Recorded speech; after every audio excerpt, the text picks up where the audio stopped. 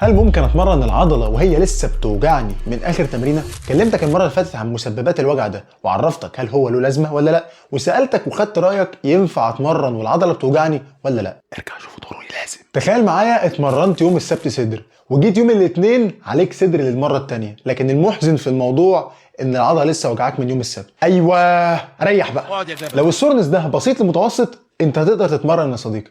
عندك بعض الحلول الاتيه حاول تعملها كلها. قبل بدايه التمرين اعمل استاتيك ستريتشز للعضلات اللي انت اتمرنتها. تاثيرها في الريكفري مش زي ما انت متخيل، لكن انت اولى بحاجه زي دي. وكمان سخن المفاصل الاساسيه اللي انت هتتمرنها، كل ده باجمالي 10 دقائق. ممكن توصل لانك تخفف الفوليوم بتاع تمرينك اليوم ده وتهتم بالشده عشان تحافظ على تقدمك. اما لو الوجع شديد وبتقعد فوق اليومين والثلاث ايام دايما، كده محتاج تراجع عوامل الريكفري بتاعتك من ميه ونوم واكل وضغط او ستريس. محتاج تراجع الحمل التدريبي بتاعك وتشيل الفوليوم الكتير اللي مالوش لازمه او اللي بنسميه اليونك فوليوم، لانه على عكس ما انت متخيل هو بيأخرك عن هدفك. وبكده انا اكون جاوبتك على السؤال الحقيقي.